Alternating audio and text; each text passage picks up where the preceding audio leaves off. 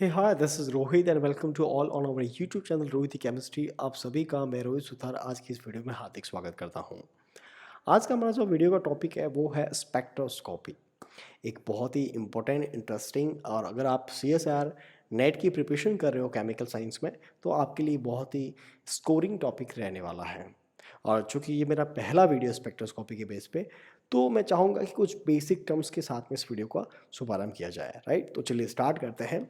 तो सबसे पहला क्वेश्चन हमारे जो माइंड में आता है वो ये है कि सर स्पेक्ट्रोस्कोपी एक्चुअल में होती क्या है। तो मैं अभी के लिए आपको बता दूं कि स्पेक्ट्रोस्कोपी एक तरह की केमिकल स्पीसीज में ट्रांजिशन के साथ में डील करती है। अब ये ट्रांजिशन क्या होता है, तो चलिए इसको और थोड़ा आगे डेफिनेशन तौर पे बात करते हैं कि स्पेक्ट्रोस्कोपी एक तरह की टेक्निक है जिसमें हम मॉलिक्यूल एनर्जी डिफरेंस को मेजरमेंट करते हैं और इस टेक्निक के थ्रू हम किसी एटॉमिक या मॉलिक्यूलर स्ट्रक्चर को भी डिटरमाइन कर सकते हैं। अब दूसरी बात आती है कि इसे डिटरमाइन स्पेक्ट्रोस्कोपी टेक्निक में किसके थ्रू किया जाता है, मतलब इंस्ट्रूमेंट्स। तो देखिए ज़रा, स्पेक्ट्रोस्कोपी टेक्निक में जिन इंस्ट्रूमेंट का यूज़ करते हैं उन इंस्ट्रूमेंट को हम बोलते हैं स्पेक्ट्रोफोटोमीटर। राइट, अब जो स्पेक्ट्रोफोटोमीटर जो होते हैं वो क्या करते हैं, रिलेटिव एनर्जी को जो एमिटेड हुई है, एब्जॉर्ब हुई है इन यूवी विजिबल अलग अलग रीजन में as a function of wave length या कह सकते हैं फ्रीक्वेंसी के, उसको आपका मेजरमेंट करता है। राइट, कौन, स्पेक्ट्रोफोटोमीटर। राइट, और मेजरमेंट करके उसका डाटा जो है वो स्पेक्ट्रम के माध्यम से प्रेजेंट करता है। राइट, तो जो ये ट्रांसमिटेंस या एब्जॉर्ब जो एनर्जी है उसको ग्राफिकल तौर पे रिप्रेजेंट करना, वो उसको हम बोलते हैं स्पेक्ट्रम। तो आपको मैंने कुछ चीज़ें बताई है कि स्पेक्ट्रोस्कोपी टेक्निक क्या होती है, स्पेक्ट्रोफोटोमीटर क्या होता है और स्पेक्ट्रम क्या होता है। राइट, अब इसके साथ में मैं एक और टर्म के बारे में बात करूँगा सॉरी, जो कि है जो कि आपकी है स्पेक्ट्रोमेट्री। देखो, spectrometry quite different from the spectroscopy, क्योंकि जहाँ हम स्पेक्ट्रोस्कोपी जो है वो डिपेंड करती है आपके एब्जॉर्प्शन और ट्रांसमिटेंस पे, जबकि स्पेक्ट्रोमेट्री जो है वो एब्जॉर्प्शन और एमिशन पे डिपेंड करती है। राइट, तो ये दोनों अलग है। इवन आप स्पेक्ट्रोमेट्री में जैसे M/Z टर्म्स के बारे में पढ़ोगे, है ना, जैसे मास स्पेक्ट्रोमेट्री वगैरह, फ्रेगमेंट के बारे में पढ़ोगे, है ना, तो वो अलग है। तो हम फिलहाल हम स्पेक्ट्रोस्कोपी टेक्निक के बारे में बात कर रहे हैं। अब जहाँ तक स्पेक्ट्रोस्कोपी के बारे में बात आती है तो आपने देखा होगा कि हर एक एटॉमिक स्पेक्ट्रा एक स्पेसिफिक वेवलेंथ या स्पेसिफिक फ्रीक्वेंसी के region, I mean cosmic, gamma, X ray, UV, visible, infrared, है ना, रेडियो, माइक्रोवेव, अलग अलग आपके रीजन में होता है। तो ये सब क्या है, ये है इलेक्ट्रोमैग्नेटिक रेडिएशन। अब बात आती है कि सर इलेक्ट्रोमैग्नेटिक रेडिएशन क्या है। मैं ये सारा थ्योरी पार्ट जो है वो आपको ऐसे बोल बोल के क्लियर कर रहा हूँ, लिखने जाऊँगा वीडियो बहुत लेंथी हो जाएगा ये, और आई थिंक ये चीज़ सबको पता ही है। जिनको पता नहीं होगा तो वो आप देख लेंगे तो क्लियर हो जाएगा, इसलिए मैं थोड़ा स्टार्ट जो कर रहा हूँ इस तरह से कर रहा हूँ। राइट, तो मैं था कि इलेक्ट्रोमैग्नेटिक रेडिएशन होती क्या है। तो आप सबको मैं बता दूं कि जब इलेक्ट्रोमैग्नेटिक रेडिएशन के बारे में हमने पढ़ा था तो हमने ये पढ़ा था कि electromagnetic radiation dual nature show करती है, पार्टिकल भी है और वेव भी है। और वेव में हमने पढ़ा था मैक्सवेल थ्योरी, और जब वेव में हमने पढ़ा था तो साइन फंक्शन के साथ में पढ़ा था। साइन फंक्शन का मतलब ये है कि ये जो है ना सिनुसॉइडल साइन फंक्शन कुछ इस तरह से ये, और जिसका ओरिजिन जो है वो मीन पोजीशन से स्टार्ट होगा कुछ इस तरह से। ये साइन का जो है वेव डायग्राम है, जो है ना sine as a trigonometric function, उसके बारे में बात कर रहा हूँ मैं। ये मेन पोजीशन, ये peak position, positive peak position ले लो इसको, ये भी मेन पोजीशन, ये नेगेटिव पिक पोजीशन, एक तरह का ऑसिलेशन ही तो है। ऑसिलेशन में हम देखते हैं ना, जैसे मान लो मैं ऑसिलेशन किसी पार्टिकल को ऑसिलेट करा रहा हूँ, ये लो कोई मेटल की बॉल ले लो, इसको मैं इधर मैक्स पे लेके गया, इसको मैं इधर मैक्स पे लेके गया, क्या होगा, ये मैक्स पे जाएगा और फिर वापस मीन पे, फिर वापस मैक्स, वापस मीन, मैक्स, कुछ इस तरह से। जैसे सोचो ये मीन पोजीशन है, यहाँ पे मान लो पॉजिटिव में लेके, इस तरफ पॉजिटिव मान लो, इस तरफ मान लो नेगेटिव। राइट, ये mean position, positive highest displacement from mean position, फिर वापस मीन पोजीशन, और फिर negative highest displacement from mean position. इस तरह से ये क्या हो रहा है, ऑसिलेशन हो रहा है। तो वो ऑसिलेशन शो किया है। अब यहाँ पे अलग अलग टर्म आप पढ़ते थे, यहाँ पे इसको पढ़ते थे क्रेस्ट, श्रृंग, और ये पढ़ते ट्रफ, ग्रथ, है ना, हिंदी में इसको क्या बोलते हैं, ग्रथ और क्रेस्ट, ग्रथ ग्रिथ जो बोलते हैं, राइट। तो यहाँ अलग अलग टर्म्स आती है। अब अलग अलग टर्म्स के बारे में हमने जानकारी प्राप्त की थी कि वेव लेंथ क्या होता है, कि भाई टू क्रेस्ट के बीच का जो डिस्टेंस होता है उसको हम बोलते हैं वेव लेंथ बोलते हैं। फ्रीक्वेंसी क्या होती है, राइट, एक पर्टिकुलर पॉइंट पे जो है जितने नंबर ऑफ मतलब साइकिल पर सेकंड वो फ्रीक्वेंसी हो जाएगी। वेव नंबर क्या होते हैं, ठीक है, number of wave length with in the मतलब यूनिट लेंथ में कितने नंबर ऑफ वेव लेंथ है। फिर हमने पढ़ा था वेलोसिटी क्या होती है, राइट। अलग अलग टर्म्स हमने वेव थ्योरी से क्लियर किए थे, राइट। और फिर हमने क्वांटा के बारे में पढ़ा था, क्वांटा मीन्स जो एनर्जी पैकेट्स के बारे में पढ़ा था, तो वो भी आप फटाफट देख लो, वहाँ से कुछ हमको फॉर्मूले मिले थे, है ना। क्वांटा जो क्वांटम थ्योरी थी, ई बराबर एच भी मिला था, ठीक है, जहाँ पे म्यू जो फ्रिक्वेंसी है, म्यू जो फ्रिक्वेंसी है उसको हम क्या बोल रहे थे, सी अपॉन लैम्बडा, ठीक है। तो यहाँ से मुझे मिल जाएगा E is equal to H C upon lambda.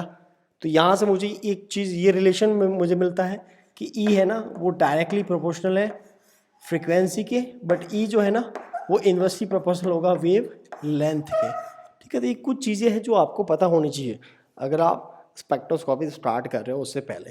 तो ये सारी चीज़ें आपने पढ़ ली। अच्छा, एक लास्ट चीज़ रह गई, वो थोड़ा मैं आपको एक्सप्लेन कर लेता हूँ कि इलेक्ट्रोमैग्नेटिक रेडिएशन के अलग अलग रीजन में कौन कौन सी रे होती है, राइट। तो उसका मैं एक आपको ऑर्डर वाइज थोड़ा समझा देता हूँ, और किस किस रीजन में कौन कौन से एटॉमिक स्पेक्ट्रा आते हैं, ठीक है। चलिए स्टार्ट करते हैं, फिर हम स्टार्ट कर देंगे किसी एक स्पेक्ट्रा के बारे में पढ़ना, ठीक है। तो मैं जैसे यहाँ लिखता हूँ, सबसे पहले लिखता हूँ कॉस्मिक रे, ठीक है, कॉस्मिक रे। और अच्छा, इससे पहले मैं आपको एक चीज़ बता देता हूँ कि इसको याद कैसे करें। तो आप ये समझो कि दो कोई बॉय थे, या मतलब दो कोई पर्सन थे, एक था कॉस और एक था यूवी, ठीक है, कॉस और यूवी। अब कॉस है ना, वो और कॉस और यूवी एक दूसरे के फ्रेंड नहीं है, ठीक है। तो कॉस एक सिंगिंग करता है, मैं आपको ऐसे ट्रिक वाइज एक्सप्लेन करने की कोशिश करता हूँ कि ये याद हो जाए जो ऑर्डर लिखने जा रहा हूँ मैं। कॉस क्या करता है, सिंगिंग करता है। तो कॉस कोई गाना गाता है, ठीक है ना।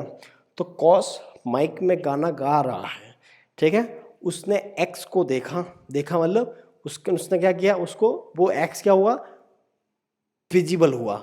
तो कॉस माइक में गाना गा रहा है, उसने एक्स को विजिबल किया किसके साथ में, यूवी के साथ में। तो वो क्या हो गया, इरिटेट हो गया।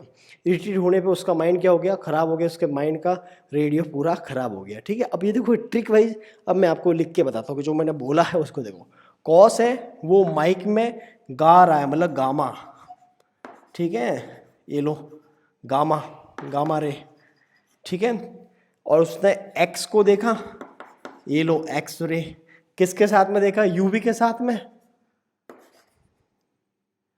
यूवी, ठीक है, देखा मतलब विजिबल। तो उसका क्या हो गया, इरिटेट हुआ उसका, ये लो आई आर, इरिटेट क्या हुआ, माइंड हुआ था, ये लो माइक्रोवेव, और उसका माइंड के रेडियो के तार टूट गए, और लास्ट में आपका आ जाएगा रेडियो वेव। बोलो समझ में आया। मैंने ट्रिक बनाने की कोशिश की है कि गामा और आपके यूवी कोई दो पर्सन है, गामा माइक में गाना गाता है, उसने एक्स को यूवी के साथ में विजिबल किया, देखा, तो उसको इरिटेट हो गया, उसके माइंड के तार टूट गए, उसका रेडियो टूट गया। माइंड का जो भी रेडियो, जो भी आप समझना चाहो, लास्ट में रेडियो का मैच नहीं हो रहा, समझ लेना आप, ठीक है।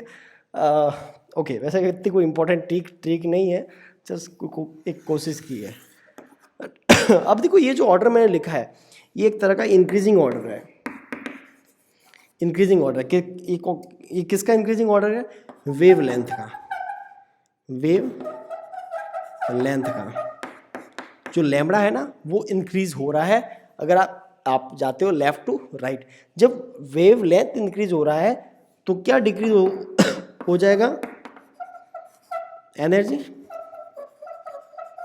और क्या डिक्रीज हो जाएगा, फ्रीक्वेंसी।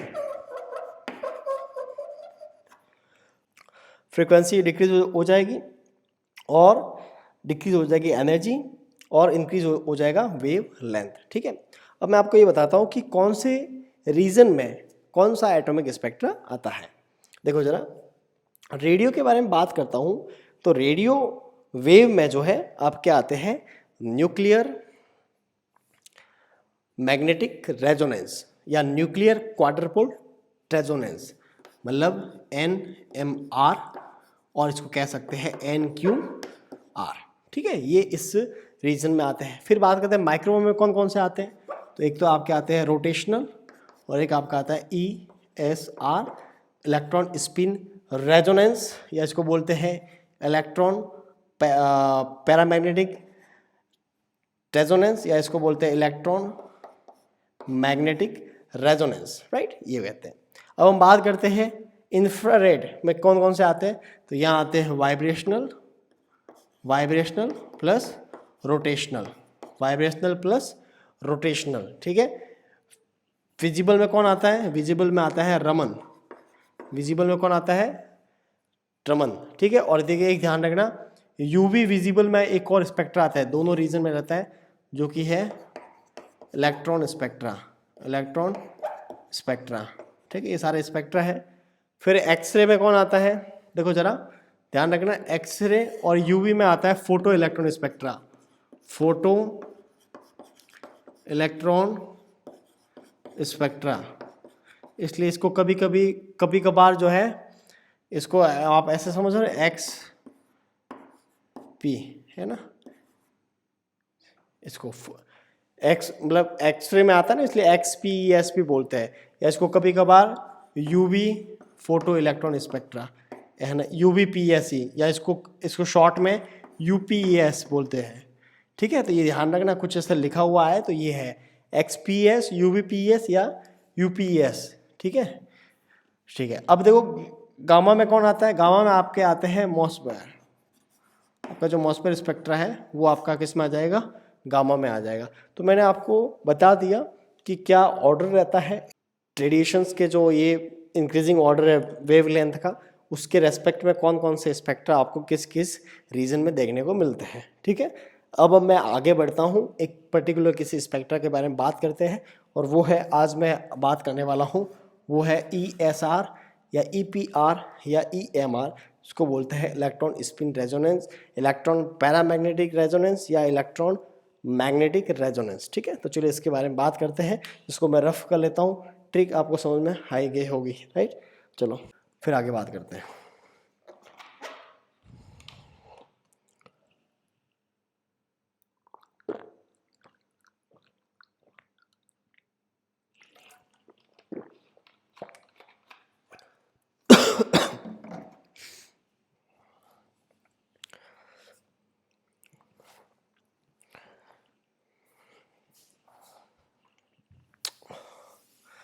आगे बढ़ते हैं। ऑलराइट, तो अब हम बात करते हैं इलेक्ट्रॉन स्पिन रेजोनेंस या इलेक्ट्रॉन पैरामैग्नेटिक रेजोनेंस या इलेक्ट्रॉन मैग्नेटिक रेजोनेंस के बारे में।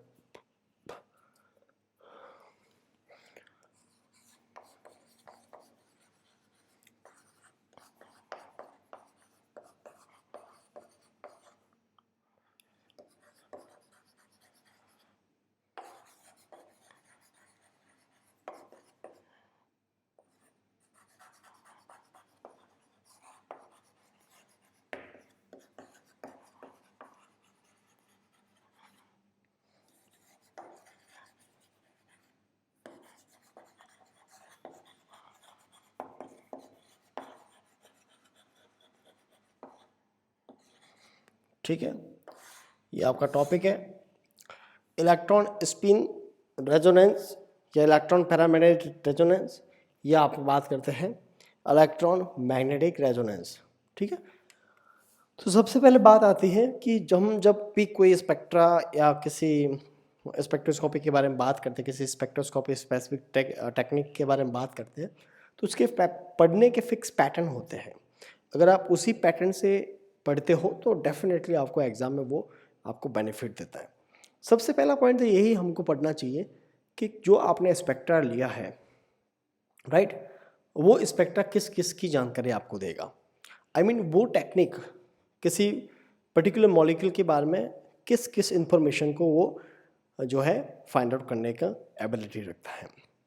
दूसरा पॉइंट ये रहता है कंडीशन इसकी, कि कौन सी कंडीशन होगी कि वो मॉलिक्यूल जो है, जैसे ईएसआर के बारे में बात करते हैं तो वो मॉलिक्यूल आपका ईएसआर एक्टिव होगा, कि वो कंडीशन अगर फॉलो कोई मॉलिक्यूल नहीं कर रहा है तो डेफिनेटली वो इस स्पेक्ट्रा के थ्रू या इस स्पेक्ट्रोस्कोपी में वो एक्टिव नहीं होगा, इनएक्टिव होगा, राइट। तो ये 2 पॉइंट आपको पहले आपको सब भी स्पेक्ट्रा के रेस्पेक्ट में पता होनी चाहिए। फिर नेक्स्ट हम बात करते हैं कि उसकी एनर्जी, कि उस पर्टिकुलर स्पेक्ट्रोस्कोपी में मॉलिक्यूल की एनर्जी का फॉर्मूला क्या है, एनर्जी को किस तरह से हम जो है मेज़र करते हैं, राइट। और जब एनर्जी को मेज़र करेंगे तो एनर्जी डिफरेंस भी आपको साथ में मेज़र करना है। सेकंड पॉइंट आता है उसका स्पेक्ट्रा, कि उसका जो स्पेक्ट्रा है, उसका जो स्पेक्ट्रम है, देखो मैंने जो आपको स्टार्टिंग में जो पढ़ाया था ना, वो भी इसी पैटर्न से पढ़ाया था। तो ये फिक्स पैटर्न अगर आप हर एक स्पेक्ट्रम में अगर फॉलो करोगे तो डेफिनेटली कन्फ्यूजन का नाम की चीज़ नहीं रहेगी और आप इजीली न्यूमेरिकल प्रॉब्लम कर पाओगे। स्पेक्ट्रा किस तरह से सॉरी स्पेक्ट्रा आपको किस तरह से दिखता है, किस तरह से वो रिप्रेजेंट होता है, उसकी आपको इन्फॉर्मेशन होनी चाहिए, ठीक है। स्पेक्ट्रा के बाद में हम बात करें तो ट्रांजिशंस, आपके ट्रांजिशन किस तरह से होंगे, और फिर आप कुछ न्यूमेरिकल प्रॉब्लम एक्सरसाइज के लिए कर सकते हो, प्रीवियस ईयर क्वेश्चन पेपर के लिए क्वेश्चन भी सॉल्व कर सकते हो, जो कि मैं आपको इस पर्टिकुलर स्पेक्ट्रा को कंप्लीट होने के बाद में आपको इसके ईएसआर के जितने भी क्वेश्चन आए हैं सीएसआई में वो सारे कंप्लीट करवाने की कोशिश करूँगा, ठीक है। तो चलिए अभी स्टार्ट करते हैं। जो मैंने थ्योरी वाइज बोला था कि अब जैसे मैं बात करता हूँ कि इस स्पेक्ट्रोस्कोपी की मैं स्टडी किसकी होती है, तो देखो स्टडी ऑफ किस किस की स्टडी होती है। तो पहला पॉइंट तो ये ध्यान रखना, इंटरमीडिएट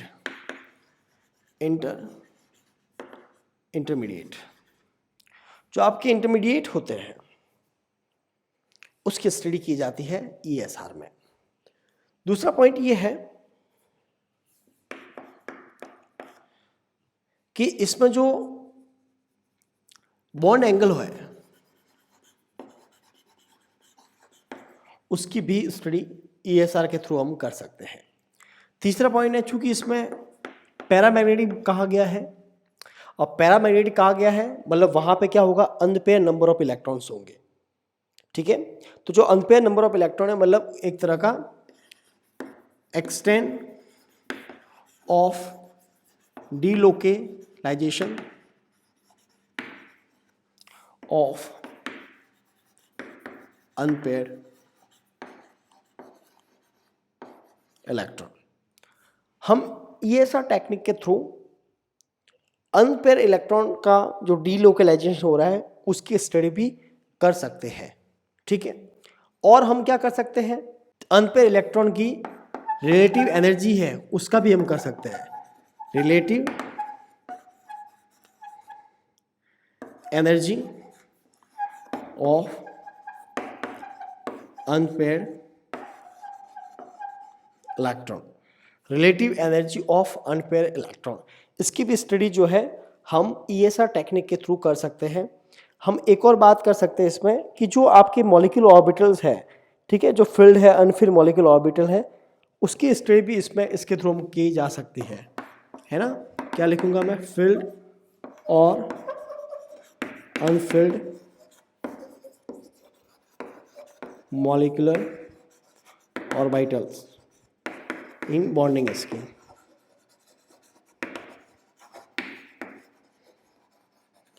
जो आपके फिल्ड और Anfield electrons Anfield molecular orbital है जो बॉन्डिंग स्कीम में, उसकी भी स्टडी इसके थ्रू हम कर सकते हैं, ठीक है।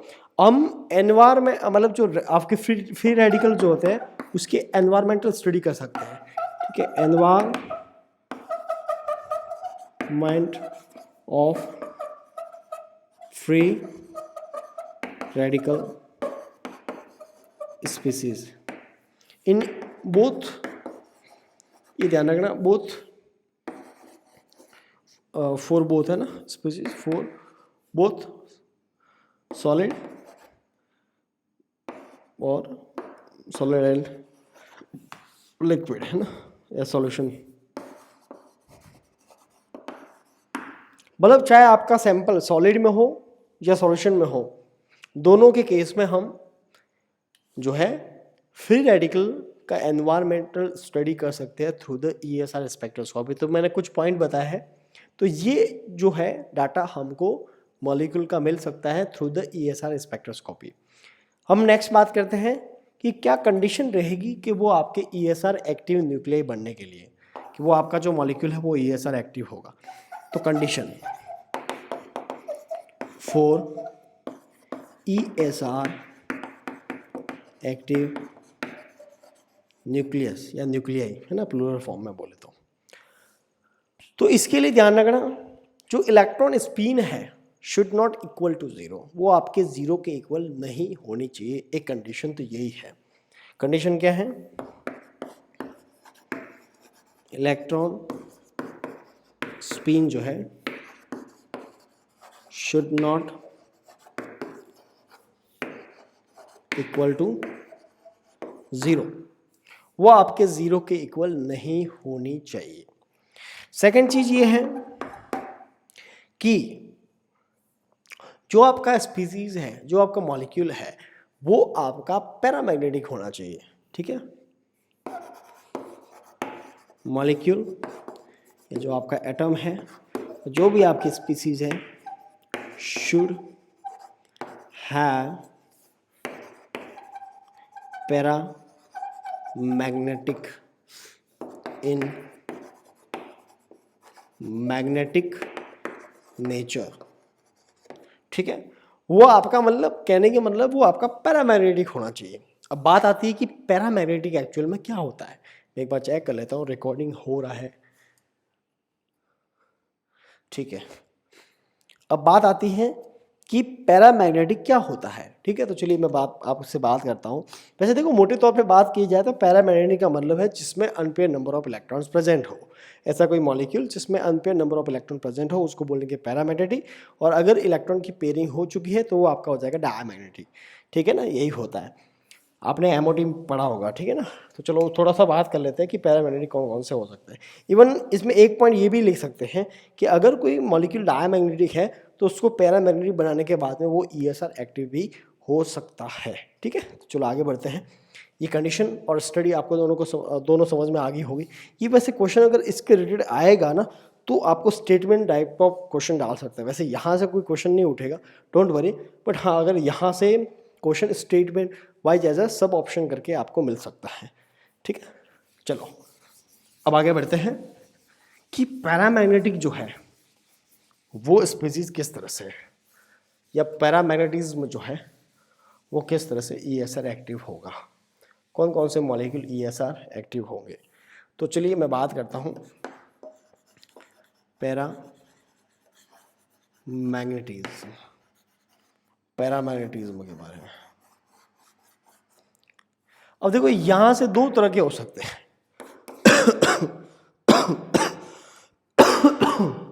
सॉरी, एक तो हो सकता है परमानेंट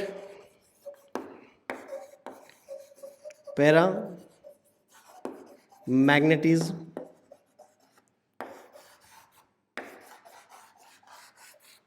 एक आपका हो सकता है इंटरमीडिएट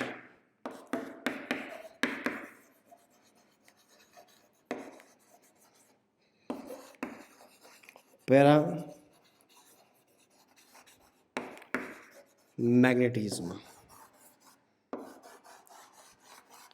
वैसे हम एक अनदर टर्म के बारे में पढ़ सकते हैं डायमैग्नेटिज्म, जो भी मैं बाद में बताऊंगा। अब परमानेंट पैरामैग्नेटिज्म या परमानेंट पैरामैग्नेटिक कौन कौन से मॉलिक्यूल्स होंगे? बहुत सिंपल है, जिन मॉलिक्यूल्स में अनपेयर नंबर ऑफ इलेक्ट्रॉन है वो पैरामैग्नेटिक है। जैसे एग्जांपल लेते हैं O2। बताओ O2 क्या है? ऑब्वियसली सबको पता ये क्या है, पैरामैग्नेटिक। C2+, ये भी क्या है, पैरामैग्नेटिक। Cu+, नहीं, Cu पैरामैग्नेटिक और Cu+2 पैरामैग्नेटिक। ठीक है, तो ये सारे क्या है, परमानेंट पैरामैग्नेटिक है। अच्छा, इसका आइडेंटिफिकेशन कैसे करते हैं, मतलब कैसे पता करते हैं कि भाई ये पैरामैग्नेटिक है या नहीं है? वो पता कर सकते हैं ए मोटी से। हम आई मीन एमओटी मतलब एमओटी से, मॉलिक्यूलर ऑर्बिटल डायग्राम से। देखो मॉलिक्यूलर ऑर्बिटल डायग्राम जो है, मैं साइड में बताता हूँ। मॉलिक्यूलर ऑर्बिटल डायग्राम, ठीक है, एमओटी थ्योरी है, मॉलिक्यूलर ऑर्बिटल थ्योरी में मॉलिक्यूलर ऑर्बिटल डायग्राम बनते हैं वहाँ से। अब कैसे पता करते हैं, फटाफट सुन लो। पहले देखो एमओटी में आपने देखा होगा कि अलग अलग जो एनर्जी लेवल्स होते हैं उसको स्प्लिट करके अलग अलग ऑर्बिटल्स बनते हैं, उसमें इलेक्ट्रॉन फिल करने होते हैं। इस तरह से कुछ स्ट्रक्चर बनता है जिसमें आपके जिसमें नंबर ऑफ इलेक्ट्रॉन्स 15 से कम हो उसमें एस पे इंट्रैक्शन होता है।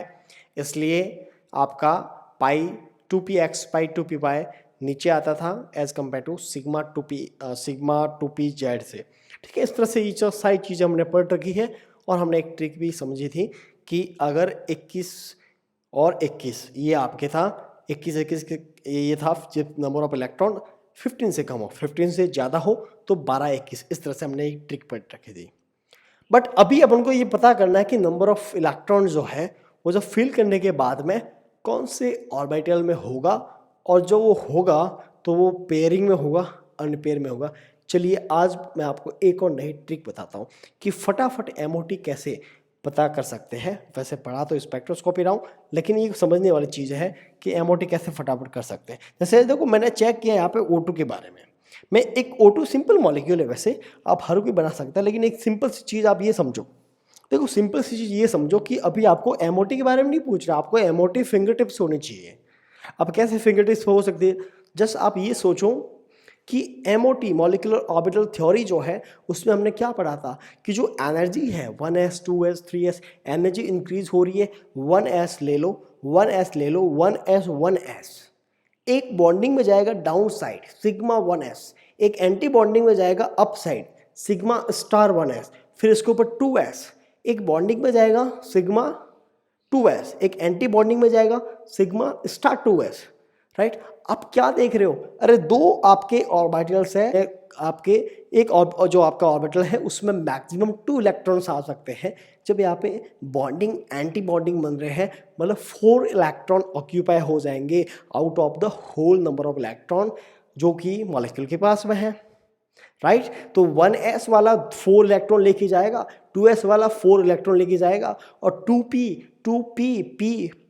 px py pz px py pz each orbital can occupy 2 electron. There are 3 px py pz मतलब कितने 6 12 इलेक्ट्रॉन यहाँ फिल होंगे, 4 4 12 4 4 12 इस तरह से, समझे आप। अब ये भी अभी तक क्लियर नहीं हुआ तो मैं आपको बोर्ड के थ्रू समझाता हूँ। आप देखो ज़रा यहाँ पे कुछ इस तरह से, ये लो ये लो ये लो,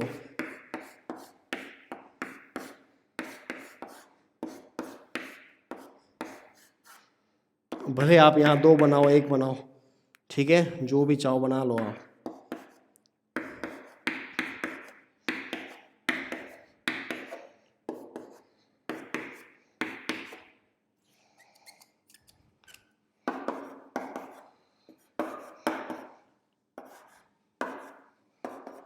अब ये क्या है, ये एक्चुअल में है 1s, इसको या ns बोल दो, इसको n+1s बोल दो, इसको n+1p बोल दो, ठीक है।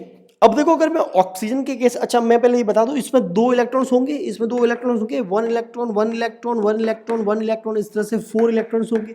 इसके भी कितने 4 इलेक्ट्रॉन्स होंगे। इसमें देखो 6 इलेक्ट्रॉन यहाँ पर है और सॉरी 6 इलेक्ट्रॉन यहाँ पर है। यहाँ पे देखो कितने बॉक्स है 1 2 3 4 5 6 6 यहाँ ऑक्यूपाई होंगे, 6 यहाँ ऑक्यूपाई होंगे। अरे आप नंबर देखो ना, 4 उसके बाद में 4 उसके बाद में 6 उसके बाद में 6, इस नंबर से ही हम एमओटी को फिंगर टिप्स पे कर सकते हैं।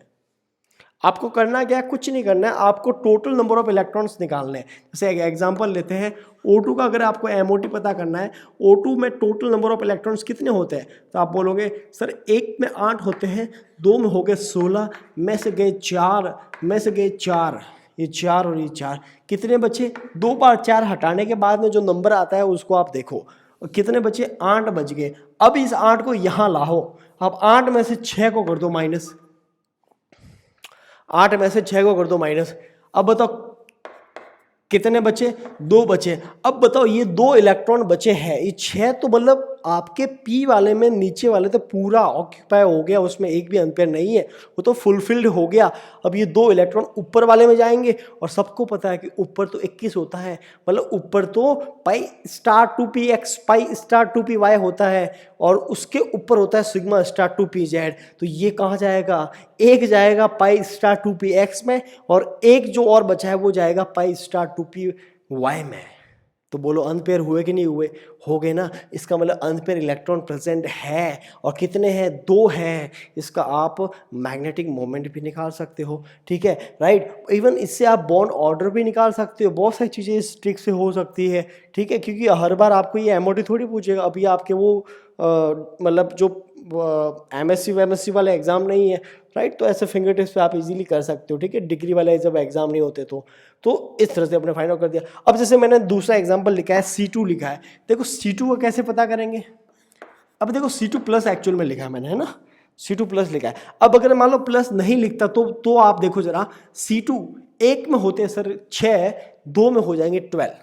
ये लो 12 में से गए 4, में से गए 4, कितने बचे, अरे 4 बचे। ओहो हो, देखो ये 4 बचे। अब इसमें अब देखना जरा, ये जो 4 बचे थे उसमें मैंने 6 को माइनस किया था। अब आप देखोगे कि 4 - 6 ये तो होता ही नहीं है। अब कॉमन सेंस लगाओ कि ये तो आपके 1s और 2s में कंप्लीट हो गए। अब 4 आपके अभी तक बचे हुए, यहाँ पे C2 है, sp इंटरेक्शन होगा, मतलब नीचे वाले जो एनर्जी लेवल्स में आपके पाई 2px पाई 2py और उसके ऊपर होगा सिग्मा 2pz। तो अब ये 4 बचे हैं, तो देखो 4 बचे, नीचे 2 बॉक्स है, 1 2 3 4, 1 2 3 4 भर गए। ऊपर वाला तो खाली है पूरा, नीचे वाला फुलफिल्ड हो गया, एक भी अनपेयर इलेक्ट्रॉन नहीं है। मतलब वो क्या हो गया है, मतलब वो आपका डायमैग्नेटिक है, पैरामैग्नेटिक नहीं है। लेकिन अगर मैं C2 के ऊपर प्लस कर दूं, एक इलेक्ट्रॉन कम कर दिया, अभी 4 नहीं है, अभी 3 है, 3 है, एक भर दो, पाई 2px में एक भर दो, पाई 2py में एक बचा हुआ वापस भरो, पाई 2px में, पाई 2px में spin plus half minus half हो चुका है, लेकिन पाई 2py में एक ही स्पिन में इलेक्ट्रॉन है। अरे अनपेयर इलेक्ट्रॉन है, अरे जब ये अनपेयर इलेक्ट्रॉन है तो ये क्या हो जाएगा, आपका पैरामैग्नेटिक हो जाएगा। तो इसलिए ये आपके क्या है, ESR एक्टिव न्यूक्लियर है, राइट। बहुत बेसिक चीज थी बट मुझे एक्सप्लेन करने की नीड थी इसको, आई थिंक। Cu और Cu2 प्लस, ठीक है, ये बहुत कॉमन सी चीज़ है ये। यहाँ से मैं ये मान के चला हूँ, यहाँ से कोई क्वेश्चन नहीं आएगा, बट जब तक ये बेसिक चीज़ क्लियर नहीं होगी आपको टॉपिक के प्रति एक इंटरेस्ट नहीं जनरेट होगा, ठीक है ना। इंटरेस्ट जगना जरूरी है टॉपिक के, क्योंकि हम जो पढ़ रहे हैं ना ये थ्योरी पढ़ रहे हैं भाई, और ये थ्योरी कभी इंटरेस्ट आपको कभी तभी ला सकती है जब आप उस थ्योरी में एकदम उतर जाओगे।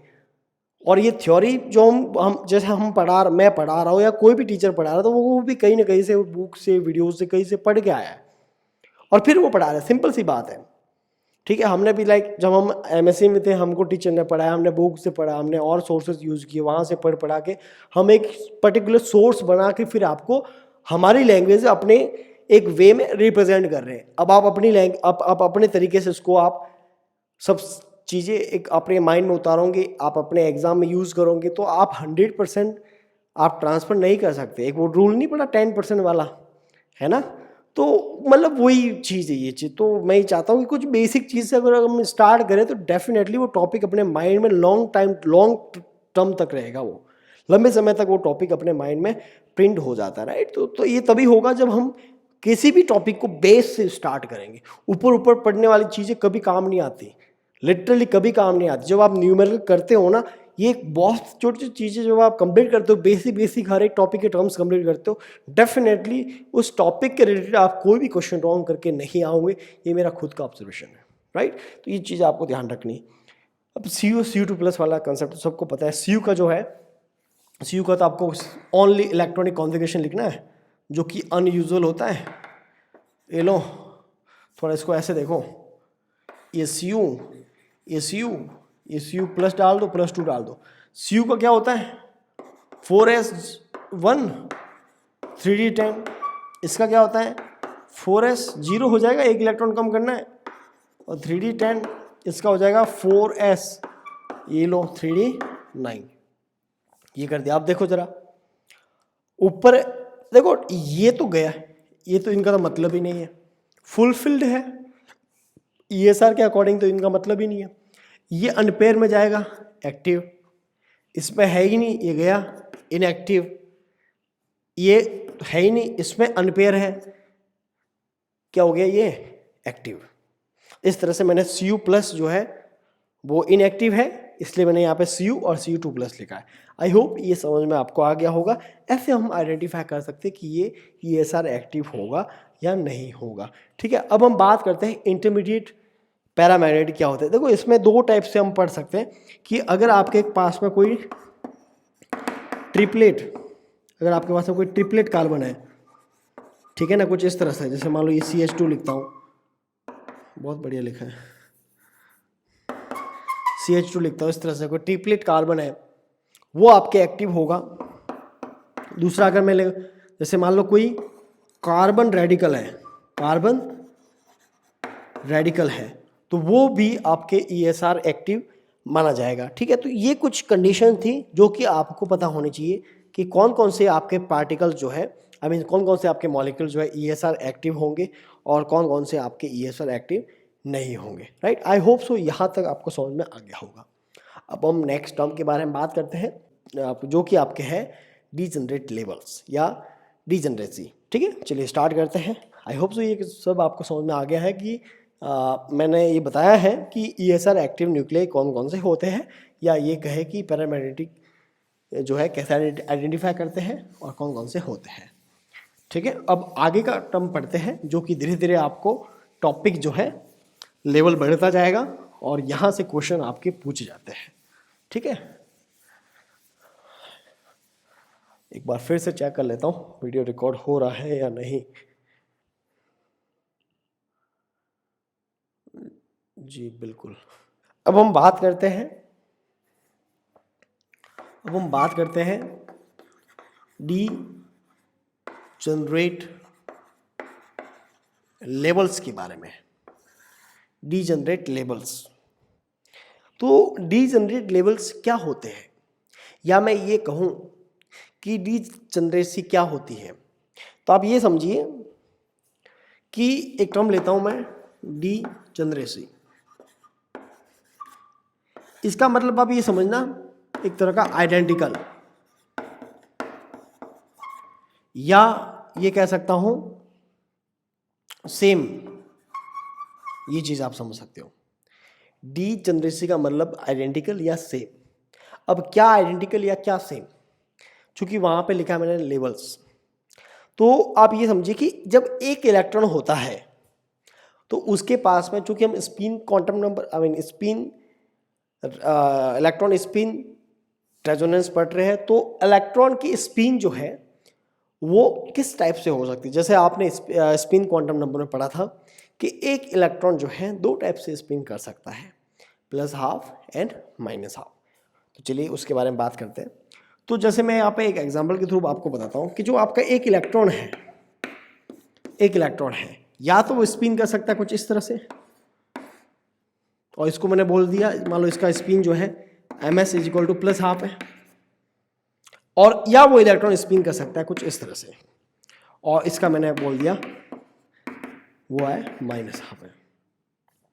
मतलब एक इलेक्ट्रॉन के पास में दो स्पिन क्वांटम नंबर्स होते हैं, +½ एंड -½ लेकिन ये भी ध्यान रखना दोनों की एनर्जी सेम होती है, आइडेंटिकल होती है, या मैं ये कहूँ कि दोनों की एनर्जी डीजनरेट लेवल्स में एग्जिस्ट करती है।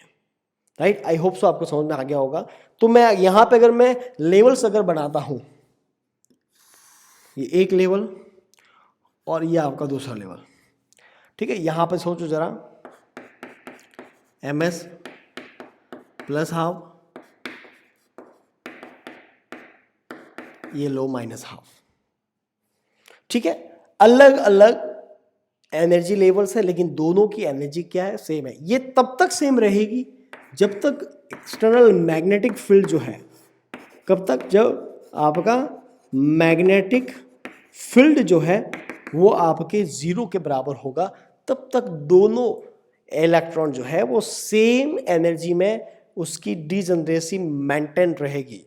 जब आपका मैग्नेटिक फील्ड जो है अप्लाई कर दिया जाएगा तब इनकी डीजनरेसी ब्रेक हो जाएगी और ब्रेक होकर के वो अलग अलग एनर्जी लेवल्स में स्प्लिट हो जाएंगे।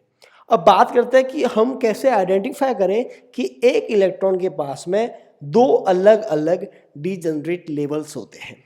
तो इसका एक फॉर्मूला दिया है और वो फॉर्मूला है, डीजनरेट लेवल्स का फॉर्मूला है 2s+1।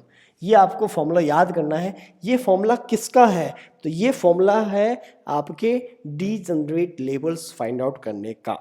यहाँ पे s क्या है? Spin quantum number. ये s कैसे इवैल्यूएट करते हैं? तो s का मतलब तो आप ये समझिए, s का मतलब क्या है? स्पिन क्वांटम नंबर है और s को आपको फाइंड आउट करने के लिए कुछ नहीं करना है, नंबर ऑफ इलेक्ट्रॉन जो है, नंबर ऑफ इलेक्ट्रॉन का हाफ से मल्टीप्लाई करना है, या मैं यूँ कहूँ कि नंबर ऑफ इलेक्ट्रॉन्स को हाफ करना है, वहाँ से आपको s पता चल जाएगा।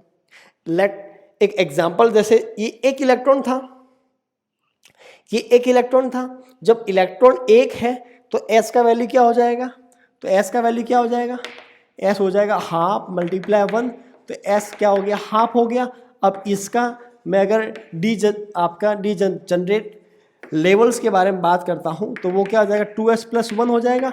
तो वो आपका हो जाएगा 2 इंटू ये हाफ और ये +1, 2 से 2 कैंसिल, कितने आ जाएंगे? 2 लेवल्स आ जाएंगे। बोलो समझ में आया नहीं आया? बैठ गया माइंड में? तो इस तरह से ये दो अलग अलग लेवल्स होंगे और ये मैंने यहाँ पे शो कर दिए। बट मैं ये कह रहा था कि दोनों लेवल्स जो होंगे वो आपके क्या होंगे? उसकी डीजनरेसी मेंटेन रहेगी। वो आपके चूंकि वो डीजनरेट लेवल्स है इसलिए दोनों की एनर्जी आइडेंटिकल या सेम रहेगी। कब तक? जब तक उसकी मैग्नेटिक फील्ड उसके ऊपर अप्लाई ना कर दिया जाए।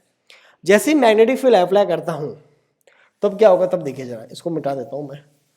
जैसे मैं मैग्नेटिक फील्ड अप्लाई करता हूं तो ये डीजनरेट लेवल जो है अलग अलग लेवल्स में स्प्लिट हो जाएंगे।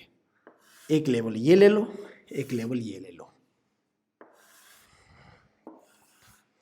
ठीक है। अब यहां पे जो मॉलिक्यूल की पॉपुलेशन है उसका क्या हो गया है? डिस्ट्रीब्यूशन हो गया है। पॉपुलेशन का डिस्ट्रीब्यूशन हो गया है, एनर्जी लेवल स्प्लिट हो गए और ये पॉपुलेशन का डिस्ट्रीब्यूशन है वो हम एक फॉर्मूले के थ्रू, जो कि बोल्ट्जमान सर ने दिया था, उसके थ्रू हम समझते हैं। मैं यहाँ पे एक लिख देता हूँ। आपने टर्म पढ़ा भी होगा जब आप इलेक्ट्रॉन स्पिन वाले ESR पढ़ते हो तब।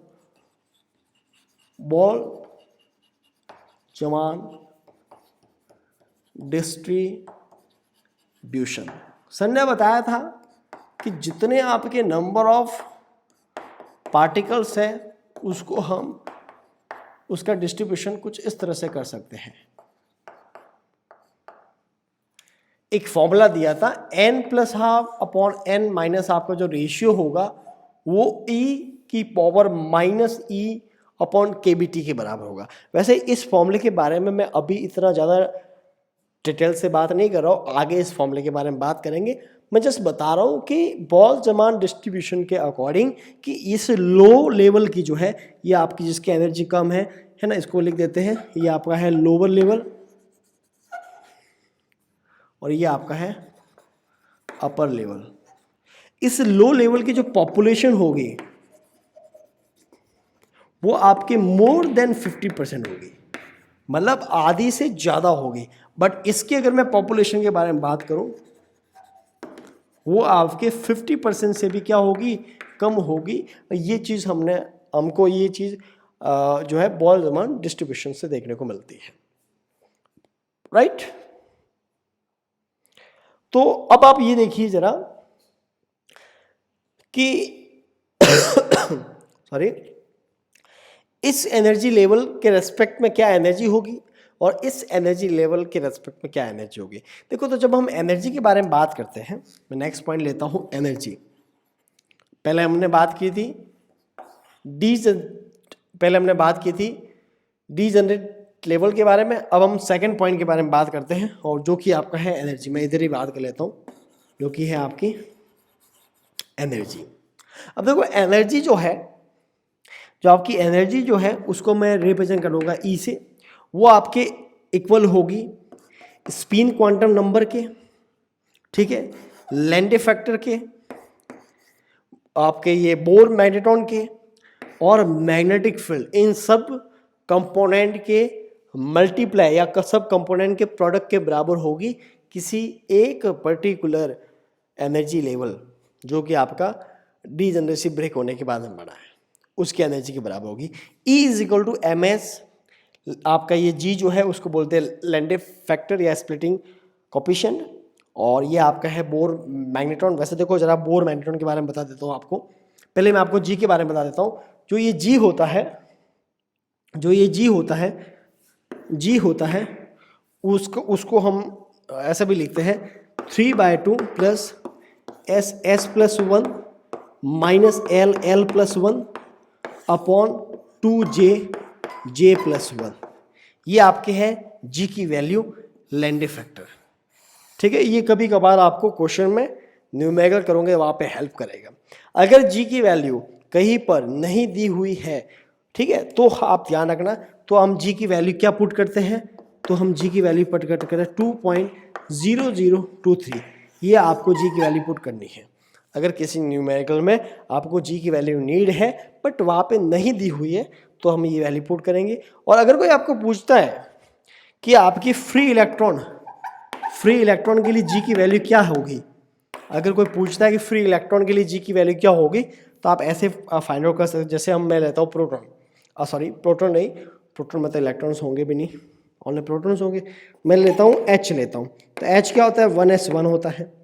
अब 1s1 होता है तो इसके लिए मुझे S की वैल्यू, L की वैल्यू और J की वैल्यू, सारी वैल्यू कैलकुलेट करके मैं जो है यहाँ से G में इस फॉर्मूले में पुट करके G की वैल्यू मैं फाइंड आउट कर सकता हूँ। और वो जब आप पूरा कैलकुलेट करोगे तो G की वैल्यू आपको मिल जाएगी 2। तो ध्यान रखना फ्री इलेक्ट्रॉन्स के लिए G की वैल्यू क्या होती है, 2 होती है, ठीक है। ये सारे क्वांटम नंबर है, L, S और J के बारे में सबको पता ही होगा, ठीक है, राइट। तो अब हम बात करता हूँ कि अच्छा ये एक तो आपका G हो गया, स्पिन के स्पिन क्वांटम नंबर के बारे में पता है, मैंने ये G के बारे में बता दिया। बीटा जो है जिसको हम बोलते हैं बोर मैग्नेट्रॉन,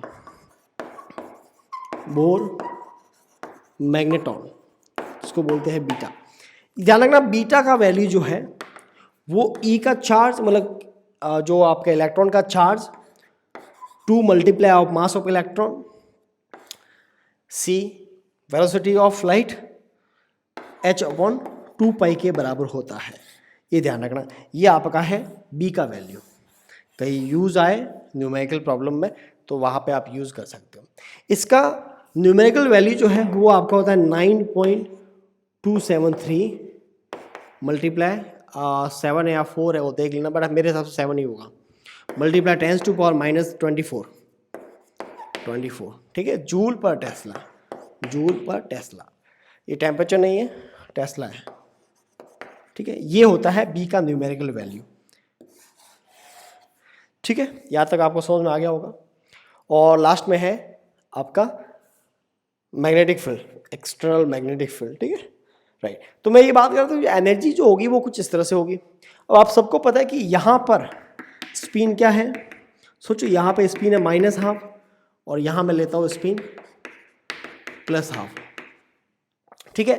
तो यहाँ पे एनर्जी क्या हो जाएगी, यहाँ पे एनर्जी हो जाएगी जो आपकी लोअर टेबल की एनर्जी, मान लो इसको मैं दे देता हूँ E1 और इसको दे देता हूँ E2, ठीक है।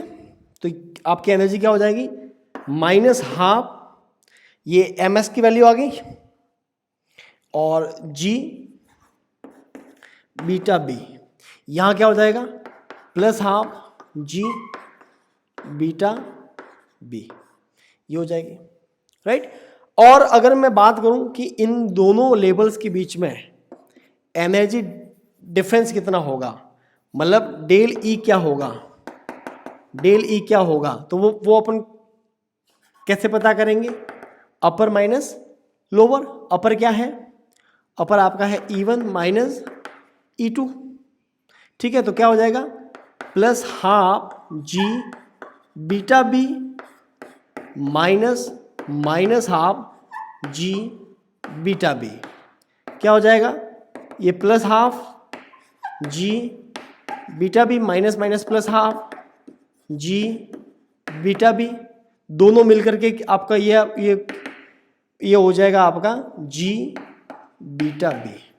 मतलब आपका जो एनर्जी डिफरेंस है वो G बीटा B के बराबर है, राइट। और ध्यान रखना G बीटा जो है इसको गायरोमैग्नेटिक रेशियो भी बोलते हैं, राइट। एक नया टर्म आ गया फिर से कि G और बीटा मतलब आपके लैंडे फैक्टर या स्प्लिटिंग कोफिशिएंट है जो है, और आपका बोर मैग्नेट्रॉन जो है, उन दोनों के प्रोडक्ट को हम क्या बोलते हैं गायरोमैग्नेटिक रेशियो, जो कि एनर्जी के डायरेक्टली प्रोपोर्शनल होता है, राइट। तो ये ध्यान रखना, राइट। तो देखो जरा मैं यहाँ पे लिख देता हूँ कि डेल ई जो है वो आपका आ जाएगा G बीटा B, और यहाँ पे डेल ई को फिर से हम लिख सकते हैं गायरोमैग्नेटिक रेशियो, और ये आपका है मैग्नेटिक फील्ड, ठीक है। इस फॉर्मूले से रिप्रेजेंट कर सकते हैं। और यहाँ पे जो ये मैंने गामा लिखा है वो गामा क्या है, वो आपका है गायरो मैग्नेटिक रेशियो, जो कि बराबर है लैंडे फैक्टर और बोर मैग्नेट्रॉन के, ठीक है। और मैं ये भी कह सकता हूँ कि एनर्जी डिफरेंस के डायरेक्टली प्रोपोर्शनल होगा, कौन gyromagnetic ratio, right. I hope so आपको ये पूरा समझ में आ गया होगा, राइट। अब मैं आपको आगे एक्सप्लेन करता हूँ कि इनका स्पेक्ट्रा आपको किस तरह से देखने को मिलता है, ठीक है। तो इसको मैं रफ कर लेता हूँ, आप इसको जो है देख सकते हो, स्क्रीनशॉट लेना चाहते हो तो स्क्रीनशॉट भी ले सकते हो।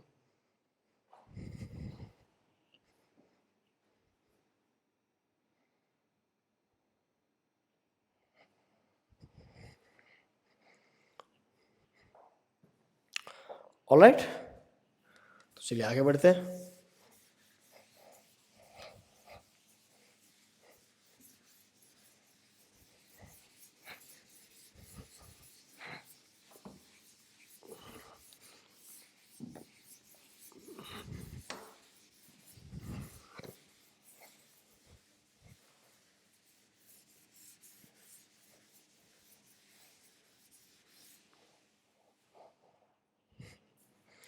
तो अब देखो जरा, अब मैं नेक्स्ट पॉइंट के बारे में बात कर। देखो हमने फर्स्ट पॉइंट के बारे में बात किया जो कि आपका था डीजनरेट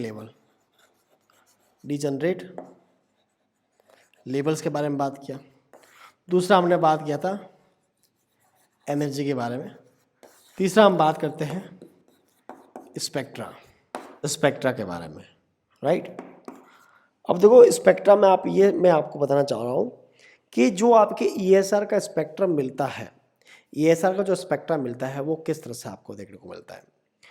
तो चूँकि ये जो ESR की जो एनर्जी होती है वो आपके मतलब इस ESR का जो इलेक्ट्रोमैग्नेटिक रेडिएशन का रीजन जो है वो आपका माइक्रोवेव में है, और माइक्रोवेव के जस्ट पास में आपका है रेडियो वेव, और रेडियो वेव में आपका जो स्पेक्ट्रम मिलता है वो है NMR स्पेक्ट्रा। तो दोनों को एक दूसरे से कंपेयर करके हम इस टॉपिक को क्लियर कर सकते हैं। देखो जरा कि NMR का जो स्पेक्ट्रा के बारे में बात करते हैं अपन,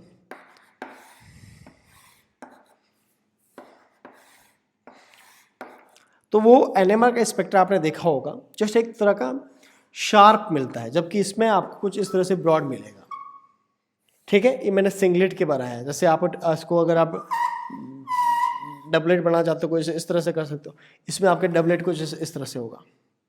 मतलब कहने का मतलब है कि इसमें ब्रॉड है, ये इसकी जो विड्थ है वो थोड़ी सी क्या है बड़ी है, राइट।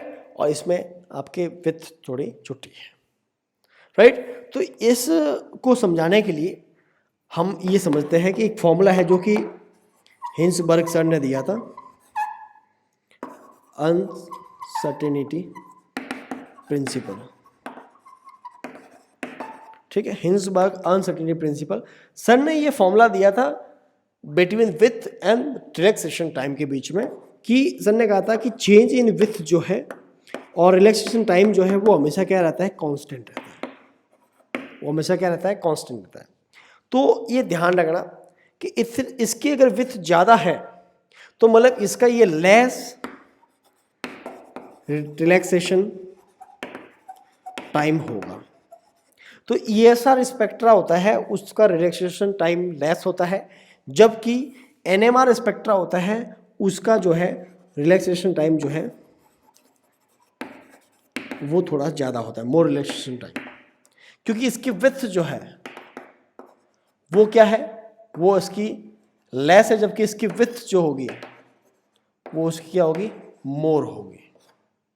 आई होप सो ये आप अच्छे से इसको समझ पा रहे होंगे कि क्या कारण है कि आपके NMR स्पेक्ट्रा जो है वो शार्प होते हैं, जबकि आपके ESR स्पेक्ट्रा जो थोड़े से ब्रॉड होते हैं। तो मतलब इसका स्पेक्ट्रा कुछ इस तरह से आता है, मैं जस्ट कंपेयर करके आपको एक्सप्लेन कर रहा हूँ, ठीक है।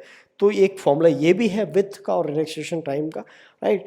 तो इस तरह से हम इनको समझ सकते हैं, राइट। अब हम आगे बात करते हैं ट्रांजिशन के बारे में, ठीक है। एक बार मैं चेक कर लेता हूँ। चलिए देखिए 1 घंटे का वीडियो लगभग हो गया है। ज़्यादा lengthy video banana I think आपको पढ़ने में भी दिक्कत करेगा, तो मैं यहाँ तक ही रखता हूँ। अगला जो नेक्स्ट वीडियो होगा वो इसका अगला पार्ट होगा, राइट। आई होप सो ये पूरा कंटेंट आपको अच्छे से समझ में आ गया होगा।